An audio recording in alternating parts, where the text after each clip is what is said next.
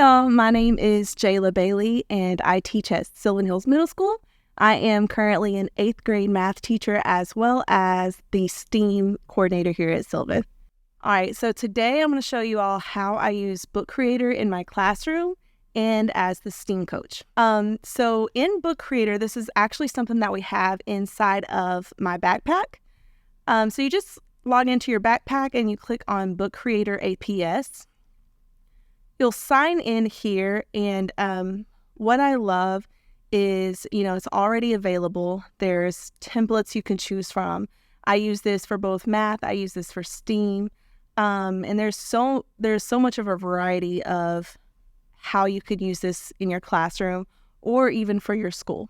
So for STEAM, we did an egg drop challenge where it was like a novel engineering project from the book After the Fall. So what I did is I created a book. I clicked on new book. You can kind of create however you want it or use the templates that are already pre-made. For this one, I actually did use a template that was already pre-made. But then whenever you click on this, you kind of have a blank book. And so you can add cover pages, you can add shapes, you can add images, whatever you want to your book. And so in my STEAM book, and as you see, these are all books that the students copied so that they could complete the challenge. All right, so this is the book that I started with. We created the background. I found this online, just the image of the book. And this is our novel engineering, our STEAM journal for this design challenge. So I started off with Humpty Dumpty sat a wall. Humpty Dumpty had a great fall. And so we listened here. You could open this link to this YouTube video where I actually had a video of someone reading Humpty After the Fall. And then students listened to that story, and then with their teachers, they began working on this, the engineering design process. So they identified the problem, why was it a problem, and this is all the stuff that I created. So then I went ahead and created this engineering design process to remind them, what the steps were. And I created slides that the students were going to fill out. If you notice here on the slides, I either put a T for a text box, I put this for a voice recording, or the camera. What that means is the students were able to respond to these by pressing the plus sign, and they could either add text if they wanted to type out their answers. They could record their voice if they wanted to just talk out their answers. Or they could have the camera where they could click on and then they could actually do a video recording of their answer. I love this because it was able to add a lot of differentiation to how the students wanted to respond. We all know some students don't really like to type a lot, so there's even options to draw. In this one, they had to sketch a detailed blueprint of their design. So they could either draw on their Chromebooks. Again, they could draw on a sheet of paper and take an image of it on their Chromebooks. They could speak how it was going to look or what the materials might need, or they could just type out what it would look like. Again, all they had to do was just press the plus button and choose which way they wanted to respond to the question. Students loved this activity and loved this challenge because they were able to complete a task not in the old-fashioned paper, handwriting, pencil way. They're able to do it where it was like following it almost like a story. And then my favorite was the persuasive pitch. The students were able to record a video of like an elevator pitch. Like how would you get Humpty to purchase your project? And their videos were really cute. And this is a whole book that the students were able to look back on to reflect.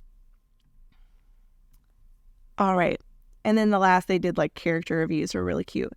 So if we look in the library, again, all I did is I created the outline for the students. The students then, at the bottom, they clicked on this, the books, the 3 books that are kind of leaning at the bottom, and then they copied my book. They copied my outline. Once they made a copy of the book, they clicked on this right here, and then they collaborated. So when they collaborate, instead of everyone in the library, including like all of the 7th graders, they clicked change, and they were able to choose the students in their group that they wanted to collaborate with.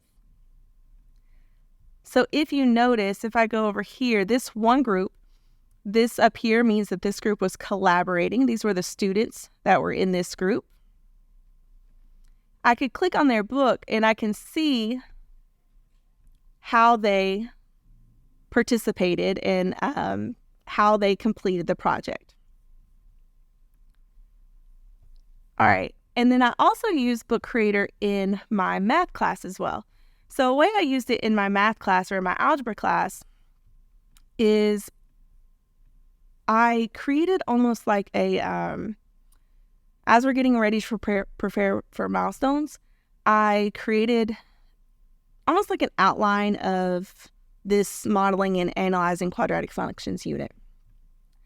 So to start off, I created this background. I created this. And then I had a vocabulary slide where students, whenever they copy the book, they'll have to match the words to each vocabulary sentence. I also had them a slide like this where they would have to add a text or add a pen, a drawing of, their answers to a certain domain or a certain question. And then last, after each class period, I had them do a video reflection. So they could either video with their face in their video, or they could do a voice recording. What this does is this breaks up the notebooks where students are constantly going to have to flip through to see and try to remember everything they did for the year. These are doing Book Creator books is an easy and quick way to kind of break down each unit. Students can click on the book that they're working on for that unit, and they can just kind of go through and review and even watch themselves talk about things that they learned. And I've really found this effective in reviewing. So again, these students, each of my students, they made a copy of the book I did. And then they themselves, they went through and they, put the vocabulary there, and then they answered the questions. So I really, really love Book Creator. There's so much that I wish I could show. But one thing I really did want to show is this Discover on Book Creator. It's a great place to start.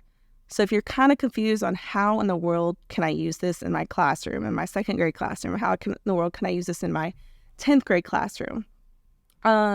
This Discover gives you kind of an outline of how it's already been used.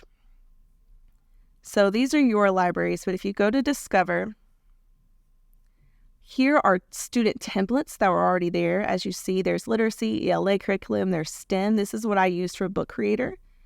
I actually found a novel engineering project that was already in here, or this design challenge. This is the one I used for the novel engineering project, and then I just made it specific to the egg drop experiment. They also have digital citizenship and SEL. So even these are available at different grade levels. There are examples by grade, whether it's kindergarten, how they could use it, elementary, middle school, high school, and even higher ed, of how people were using it in their classrooms. And then my favorite is browsing by the categories in the library. So you have every subject. you have different languages, and you have different types of collections, like for Thanksgiving, etc. So let's say, for example, my subject is math. This is an example of how it's already been used in mathematics classrooms.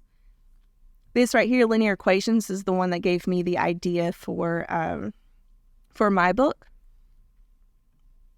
If you notice, this student named Ayana, she created a table of contents. So each chapter represented a different part in what they were learning. So if I even click on chapter 4, it takes me directly to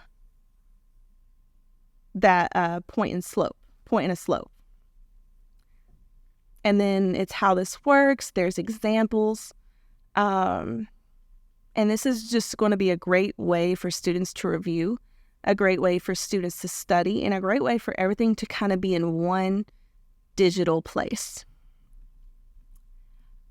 And lastly, my other favorite thing about Book Creator is if I am creating a book.